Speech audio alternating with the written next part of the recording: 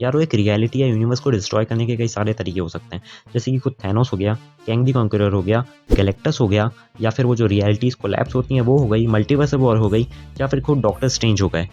पर यार अगर रियलिटी ख़त्म ही हो रही है तो हम क्यों ना इसको सबसे अच्छे तरीके से ख़त्म करें, और रियलिटी या फिर यूनिवर्स को सबसे अच्छा ख़त्म करने का तरीका हो सकता है ज़ॉम्बी इन्वेजन।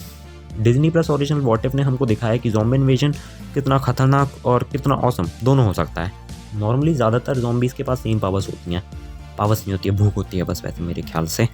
पर सबसे पावरफुल सेट ऑफ कॉम्बिनेशंस कौन से होंगे तो ज़ॉम्बी के साथ मिलकर और भी ज़्यादा पावरफुल हो जाएंगे। तो आज हम बात करेंगे टॉप 10 मोस्ट पावरफुल ज़ॉम्बीज़ के बारे में। तो किसी अंदर घुस के बड़ा हुए बिना मैं इतना गंदा साउंड क्यों कर रहा हूँ, let's dive into the fanverse. Number 10, Hulk. Marvel के शो व्हाट इफ को देख हम ये बात तो समझ गए हैं कि अगर कोई कैरेक्टर ज़ॉम्बी बनाने के लिए सबसे ज़्यादा मुश्किल था तो वो था नन अदर देन हमारा हरा राक्षस हल्क, क्योंकि उसकी स्किन को भेद पाना ऑलमोस्ट किसी ज़ॉम्बी के लिए इम्पॉसिबल था। और वहीं व्हाट इफ में ये भी दिखाया कि हैंक पिम इतना छोटा हो गया था कि वो हल्क के नॉर्मल फॉर्म में उसके अंदर गया था और फिर उसने लिटरली हल्क को ब्लो अप कर दिया था। हमने व्हाट इफ के उस एपिसोड में हल्क को लास्ट टाइम जब देखा था जब वो ज़ॉम्बी की भीड़ में घुस गया था ब्रूस बनर वाले फॉर्म में, और इस उम्मीद के साथ कि हल्क मेरे को बचाने आएगा। और बात ऐसी है कि हल्क उसको बचाने आया भी था और हल्क की स्किन इतनी सख्त थी, मतलब हल्क अपना सख्त लौंडा, कि कोई भी ज़ॉम्बी उसको भेद नहीं पाया। और क्योंकि हल्क ज़ॉम्बी नहीं बन पाया इसलिए हम मार्वल के कुछ सबसे ज़्यादा पावरफुल और खतरनाक ज़ॉम्बी को देखना मिस कर गए। नंबर 9, एबोनिमो। एबोनिमो मार्वल सिनेमैटिक यूनिवर्स के कुछ सबसे ज़्यादा अंडररेटेड जादूगरों में से एक है। वो सच में एक बहुत बड़ा साइंटिस्ट और मास्टर ऑफ मिस्टिक आर्ट्स है। व्हाट इफ के एपिसोड में ये शायद विजुअली पहला कैरेक्टर था जिसको हमने ज़ॉम्बी में बदलते हुए देखा था। उसने ब्रूस बैनर को अपने पास अपनी शक्तियों से बुला लिया था। उसके पास टेलीकिनेसिस जैसी पावर्स हैं जिससे वो अपनी दिमाग से चीज़ों को हिला सकता है, और वो ज़ॉम्बी बन चुका है। इसके बाद भी वो अपनी इन पावर्स को आसानी से यूज़ कर पा रहा है। और होप का जो ब्रिलियंट मूव था एबोनिमो को मारने का, अगर वो मूव यूज़ नहीं करती तो शायद एबोनिमो और ज़ॉम्बी किंग भी बन सकता था। Number 8, Spiderman. Spiderman what if में कुछ उन गिने चुनिंदा कैरेक्टर्स में से एक था जो ज़ॉम्बी अपोकलिप्स को सर्वाइव कर रहा था। पीटर पार्कर ज़ॉम्बी अपोकलिप्स को बहुत अच्छे से सर्वाइव कर रहा था, पर अगर वो ज़ॉम्बी बनता तो शायद वो बहुत अच्छा ज़ॉम्बी बनता। पीटर के पास एक से दूसरी जगह जाने का एक बहुत ही छोटा और बहुत ही तेज़ तरीका है, वो उसके वेब शूटर्स। वो स्विंग करते हुए एक जगह से दूसरी जगह जा सकता है, तो अगर उसको दूसरे लोगों को इन्फेक्ट करना है तो वो लटक लटक के इधर उधर आराम से जा सकता है। ज़ॉम्बी पीटर अपनी चाइल्ड लाइक इनोसेंस को बिल्कुल खो देगा जब उसके ऊपर ज़ॉम्बी वायरस चढ़ेगा, और उसके पास एक ही मोटिव रहेगा, उसकी भूख। Number 7, Thanos.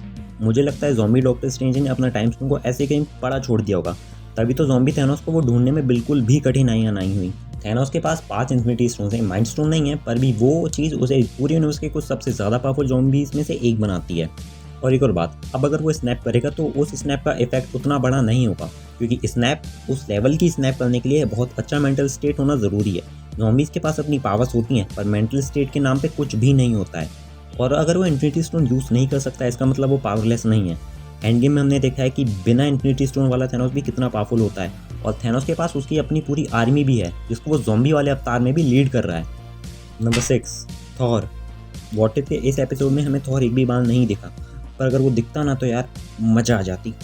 थैनोस ने क्योंकि अपना मिशन पूरा किया, इन्फिनिटी स्टोन जमा किए और वगांडा में आया, तो मुझे लगता है कि थॉर ने भी अपना मिशन पूरा किया होगा, मतलब इन्फिनिटी वॉर वाला मिशन। उसका स्टॉर्म ब्रेकर को बनवाना, फिर उसको कलेक्ट करना और बायफ्रस्ट को समन करके वगांडा में एंट्री लेना और लोगों की चीखें निकलवाना। और इस बार जब थॉर वगांडा में एंट्री ली होगी तो वो भी बहुत ज़्यादा सरप्राइज़ हो गया होगा। और तुरंत तो नहीं, पर एक आध घंटे की लंबी लड़ाई के बाद थॉर भी शायद ज़ॉम्बी इन्फेक्टेड हो ही जाता, और ज़ॉम्बी थॉर मैं बता रहा हूँ बहुत ज़्यादा पावरफुल और अनस्टॉपेबल होता। पर एक क्वेश्चन सबके दिमाग में आता है कि क्या ज़ॉम्बी थॉर वर्दी होता या नहीं होता। फ़र्क नहीं पड़ता यार, क्योंकि उस टाइम में फिर म्योनिर ही नहीं होता, उसकी वर्दी ने उसको कौन सी चीज़ डिफाई करती। Number 5, Antman. पावरफुल कैरेक्टर्स की बात नहीं हो रही है, नहीं तो एंटमैन जगह नहीं बनाता। यहाँ पे हम बात करें पावरफुल ज़ॉम्बीज़ की, और एंटमैन बहुत पावरफुल ज़ॉम्बी साबित हो सकता है। एंटमैन की पावर्स वाले कैरेक्टर जैसे एंटमैन और वास्प, यही 2 कैरेक्टर्स हैं जिनने बताया है कि उनका ज़ॉम्बी काउंटर पार्ट उनके नॉर्मल काउंटर पार्ट से ज़्यादा पावरफुल हो सकता है। स्कॉट लैंग एके एंटमैन ने एक बहुत बड़ा रोल निभाया व्हाट इफ की पूरी स्टोरी को आगे बढ़ाने में। वही इंसान था जिसने एवेंजर्स को इस वायरस से इन्फेक्ट किया। और भैया अगर तुमने एवेंजर्स को इस वायरस से इन्फेक्ट कर दिया है, बचाने वालों को, तो बचाएगा कौन। नंबर 4, होप और वास्प। होप वो उन चुनिंदा लोगों में से थी जो सर्वाइविंग ग्रुप ऑफ एवेंजर्स का हिस्सा थी। इसने ज़्यादा देर तक नहीं किया। होप इकलौता ऐसा कैरेक्टर था जो मुझे लगता है कि जिसने सबसे ज़्यादा किल लिए होंगे ज़ॉम्बीज़ के मामले में। वो किल उसके काउंट नहीं होंगे क्योंकि इन्फेक्शन मोड चल रहा। ये पबजी वाला रेफरेंस हो गया। उसने ज़ॉम्बीज़ को मारने के कई सारे तरीके ढूंढ लिए थे, जैसे कि उनके अंदर घुसना, फिर बड़ा हो जाना जिससे कि वो डिसइंटीग्रेट हो जाएं, फाड़ देना, उनका गला उड़ा देना और ना जाने कैसे कैसे। और हाँ, वो अपना साइज़ बड़ा भी कर सकती थी। और क्योंकि फाइनली वो ज़ॉम्बी बन गई थी, वो भी बड़ा वाला ज़ॉम्बी, तो वो एक बार में लोगों को ऊपर से नहीं, वो पूरा का पूरा खा सकती थी, जैसे कि नॉर्मल इंसान उसके लिए एक लेस का पैकेट हो। Number 3, Quicksilver. क्विकसिल्वर उतना पावरफुल कैरेक्टर नहीं है, पर वो एक बहुत पावरफुल ज़ॉम्बी बनेगा, अगर बनेगा तो, मतलब अगर जिंदा होता तो। सॉरी पांडा। क्विकसिल्वर की पावर क्या है पता है? स्पीड। और वो जितना खतरनाक ज़ॉम्बी वायरस का कैरियर बन सकता है, उतना खतरनाक शायद चाइना वाले भी नहीं बन सकते। सॉरी, ये थोड़ा गलत ईस्टर एग हो गया। और क्विकसिल्वर प्लस ज़ॉम्बी कितना खतरनाक कॉम्बिनेशन होता है ये हमने कॉमिक्स में देखा है। मार्वल की कोई ज़ॉम्बी वाली सीरीज़ में क्विकसिल्वर कोई पहला इंसान नहीं था जिस पे ये ज़ॉम्बी वायरस चिपकाओ, पर वो रिस्पॉन्सिबल था पूरी दुनिया में इस वायरस को फैलाने के लिए, क्योंकि उसकी स्पीड बहुत तेज़ थी यार। वो जब तक एक इंसान को काट के भागेगा उसको पता भी नहीं चलेगा, और ऐसे करते करते वो ना जाने कितने लोगों को इन्फेक्ट कर देगा। कॉमिक्स में कुछ ही घंटों के अंदर वो एक कॉन्टिनेंट से दूसरे कॉन्टिनेंट गया, सभी का टेस्टी टेस्टी मीट खाया और वायरस को फैला दिया। नंबर 2, कैरल डैनवर्स और कैप्टन मार्वल। हमने कैप्टन मार्वल को व्हाट इफ के एपिसोड में नहीं देखा था, और हम बस इमेजिन ही कर सकते हैं कि अगर ये महिला गलती से, मतलब बहुत गंदी गलती से ज़ॉम्बी बन जाती तो क्या होता। हाँ, माना कि उसकी स्किन भी बहुत स्ट्रॉन्ग है, नॉट पॉसिबल टू पेनिट्रेट है, पर यार हल्क और थैनोस की भी हैं, वो भी हैं लिस्ट में। मतलब हो सकता था इस एपिसोड का भी एंड की निक फ्यूरी पेज पे भेजता किसी को, कैरल आजा कैरल आजा, और कैरल जैसे ही आती कोई इसको खा जाता। मतलब इतनी आसानी से नहीं खाता है, वो भी कैप्टन मार्वल लड़के ही मरेगी, काफ़ी लोगों को मारती, और फिर कोई पावरफुल कैरेक्टर आता, जैसे कि वास्प हो गई, नहीं तो एंटमैन हो गया, एंटमैन तो ठीक हो गया था, ऐसा कोई कैरेक्टर आता और फिर वो उसको ज़ॉम्बी बना देता। अगर वो ज़ॉम्बी बनती तो वो कुछ सबसे ज़्यादा पावरफुल ज़ॉम्बीज़ में से एक बनती, क्योंकि उसके पास फ्लाइट कैपेबिलिटीज़ थी, फोटोन ब्लास्ट था और सुपर स्ट्रेंथ तो थी ही। मतलब वो हल्क जैसे क्रीचर्स की भी स्किन को पेनिट्रेट कर सकती थी, वो सुपरसोनिक स्पीड से ट्रैवल भी कर सकती है। मतलब वो शायद ये वायरस को अर्थ से लेके पूरे यूनिवर्स में फैला देती। यार नंबर 1 पे आ गए हैं। नंबर 1 कैरेक्टर है स्कारलेट विच।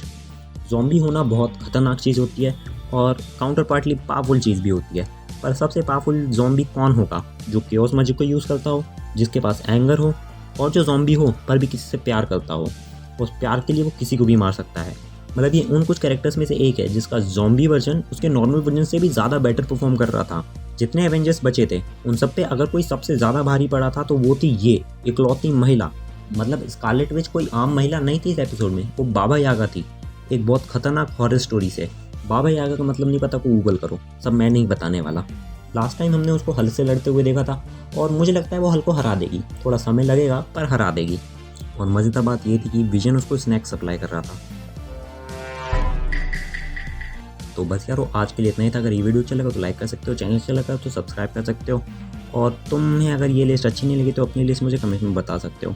बस मिलता हूँ तुमसे अगली वीडियो में, तब तक के लिए बाय बाय।